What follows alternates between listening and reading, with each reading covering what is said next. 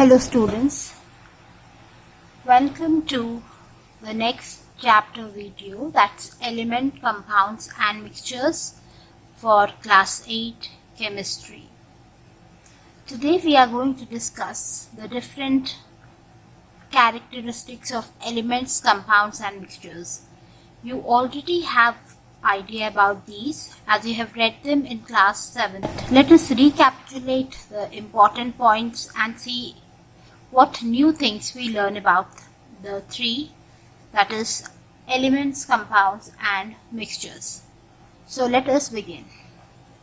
Now you can see that matter is made up of two kinds of substances, pure substances and impure substances.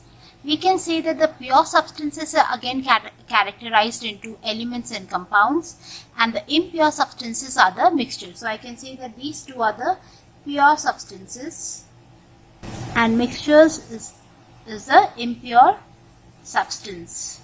Now you know that elements and compounds are categorized as pure substances and mixtures are impure because they are mixed in any ratio. The properties are different in a mixture. They are consisting of different things mixed in them in different proportions, in different ratios. But when we talk about compounds, they are mixed in a fixed ratio. And we talk about elements. Elements are generally just one kind of atoms are there. So they are completely pure substances. So when we are talking about these three, we are going to see all the three as a separate topic, and we'll be learning about the characteristics of each one of them in detail. Like if I ask you, do you know how many elements are there? You might have read it earlier. Yes, there are 118 elements in total which have been discovered. Some are natural elements and some have been discovered as well. And then some have been synthesized chemically in the lab. Also in the elements, we are going to group them as metals, non-metals, metalloids, inert gases, and again you know a lot of them because now you are in class 8 and you have been reading chemistry. From your class 6 onwards, you do have ideas about the various kinds of elements, compounds and mixture. So let us quickly recap what are the points that we have read earlier. Now elements, as they are called, the pure substances which cannot be broken down by any physical or chemical process. Means we cannot break an element even though there are subatomic particles. But when we talk about an element, suppose I talk about gold. Gold is an element. If I keep breaking gold, I am going to get the gold atom itself. I cannot break into any other kind. Gold will not change suddenly into copper or silver. So they are the pure substances which cannot be broken down by physical or chemical process into anything simpler. They are made up of identical atoms or of the molecules made up of one kind of matter, atoms. So when we are talking about identical atoms, we can have the element as hydrogen. Generally hydrogen is represented as H2. So there are two atoms of hydrogen to make one molecule of the element hydrogen. So that is, they are made up of identical atoms. And then the third one is they are represented by a symbol. Like I told hydrogen, the symbol of hydrogen is H. Similarly, symbol of helium, suppose helium is an element, it is He. If I talk about silicon, it is Si. So the properties of an element stay the same irrespective of the mass of the sample. Like if I am taking 5 gram of that element or 50 gram of that element, the property of that particular element is going to remain the same. It will not change, or it will not depend upon the mass, that if I take more, the property will change of the element, and if I take less, the property will change. It will not happen. Some examples, as I told you, hydrogen, phosphorus, oxygen and many more. And also, as I told you in the beginning, that elements can be classified as metals, non-metals, metalloids and inert gases. You know metals, they are having high boiling point and melting points. They are hard, they are good conductors of electricity. Just the opposite of them are the non-metals, like mostly non-metals are the gases. Then they are not hard, they are brittle solids like iodine. The liquid is there like bromine, it is a non-metal, and they are generally bad conductor of electricity except graphite, which is a non-metal. Then we have inert gases which don't react with any other elements or other substances, and we are having metalloids which are properties of metal and non-metal, so they are called metalloids like silicon, germanium and so on. Most of the elements found on the earth, they are the metals, and aluminum is the most abundant metal on the earth, please remember. And there are many other metals like sodium, potassium, calcium, mercury, silver, etc.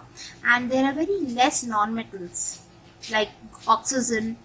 It is a non-metal which is like most abundant, and it is found in the earth crust also. Atmosphere, it is having around 21% of oxygen. Then we are having carbon, nitrogen, sulfur, all these are the non-metals. And also neon and argon, helium, all these are the inert gases. Also we call them rare gases. And there are very even fewer metalloids on the earth which are having the properties of metal and non-metal. So like boron, silicon, germanium, etc. Next, let us understand atom. Now, atom is the smallest part of an element that retains all the properties of that element. Like I told you, if I am talking about metal, gold, and I keep breaking it, I am going to get the gold atom itself.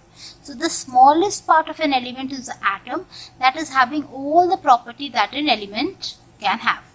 Now then we can even categorize them into all these categories as I have written here. Monoatomic means generally they can be existing singly, like single, or they may be combined together.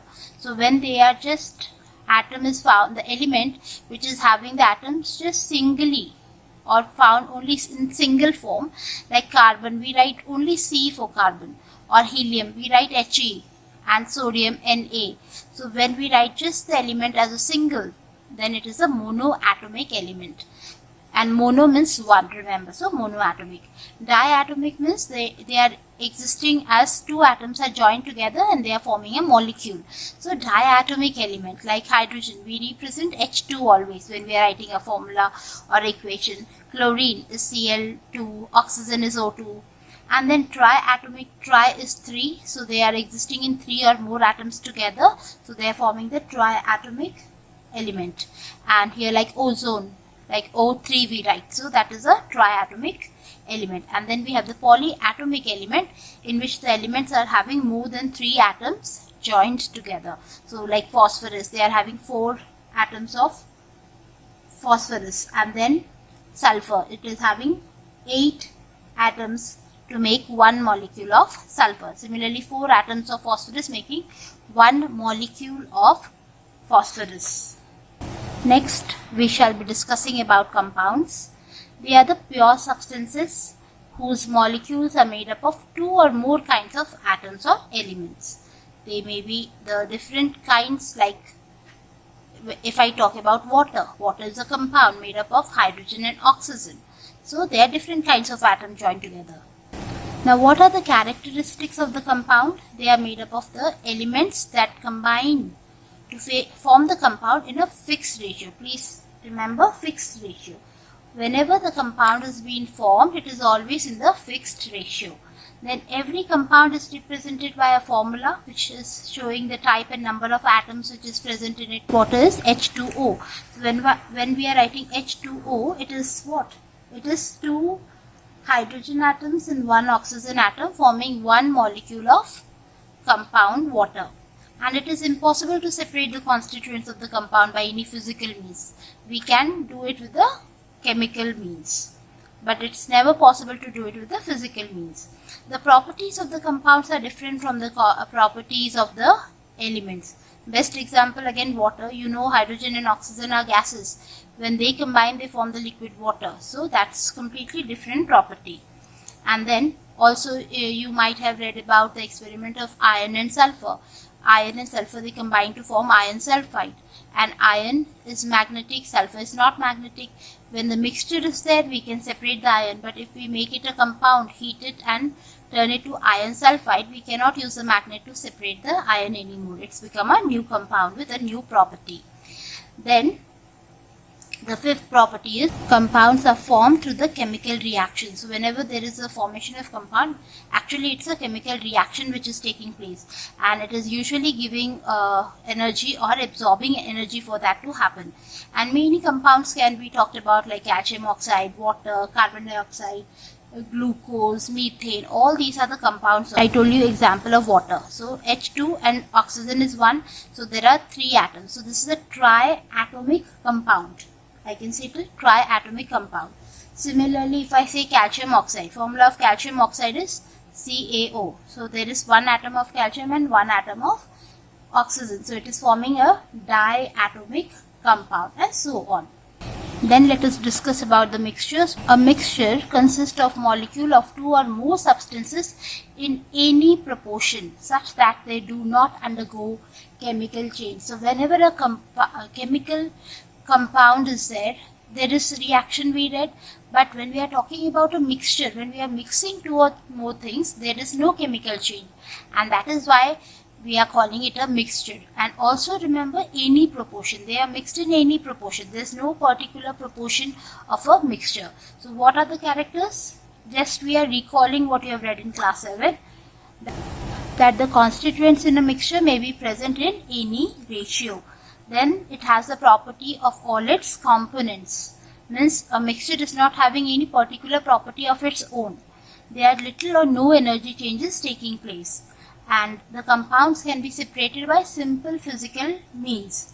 Also, a mixture can be homogeneous or heterogeneous. So these are the properties of mixtures. As the last point, you know that mixtures are mostly categorized as homogeneous and heterogeneous. And if you recall, you know that homogeneous mixture is a mixture in which the constituents are uniformly mixed. Okay, so and they are having the same property throughout. Like if I dissolve some sugar in water, I get a sugar solution, which is a homogeneous mixture. And when we talk about heterogeneous mixture, it is a mixture in which the constituents are not mixed uniformly and they don't have the same properties throughout. Also, example is like if we just mix sand and salt together, or sand and sugar, or if you see soil, it is consisting of so many different things in it. So those are the heterogeneous mixtures. So today we are going to discuss the types of mixture, not as homogeneous and heterogeneous, but in these following categories, like solid mixture.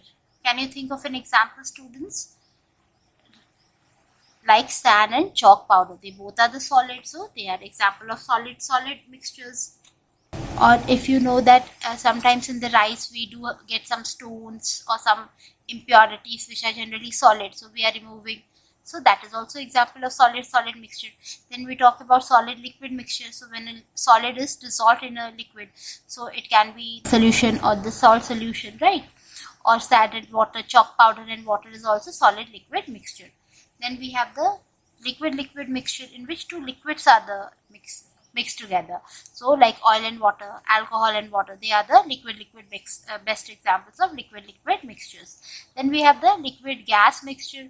So liquid gas is like, you know that in water generally the different gases are mixed, like aquatic animals are able to live because there is water is having mixture of oxygen, carbon dioxide, everything dissolved in it, isn't it?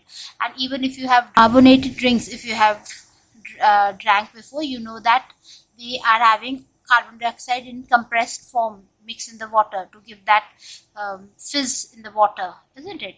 And then we are having the gas mixture. So best example is air, because in air, you know, different gases are mixed together.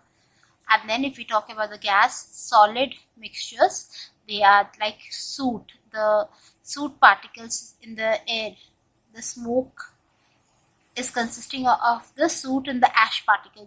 Those are the solid in the gas. So air is a gas and the soot particles are the solid. So they form the smoke and they are consisting of the gas solid mixtures. So I'm very sure today you would have understood elements, compounds and mixtures characteristic. And I would request you all to name some elements, metalloids, non-metals, etc. in the comment section. Let me see if you can give me all the 4 examples of the elements, that is a metal, a non-metal, an inert gas and a metalloid. Please comment in the comment section and tell me the answers. Let us see who can answer more. Also, don't forget to like, share and subscribe to the channel if you haven't. Thank you for watching.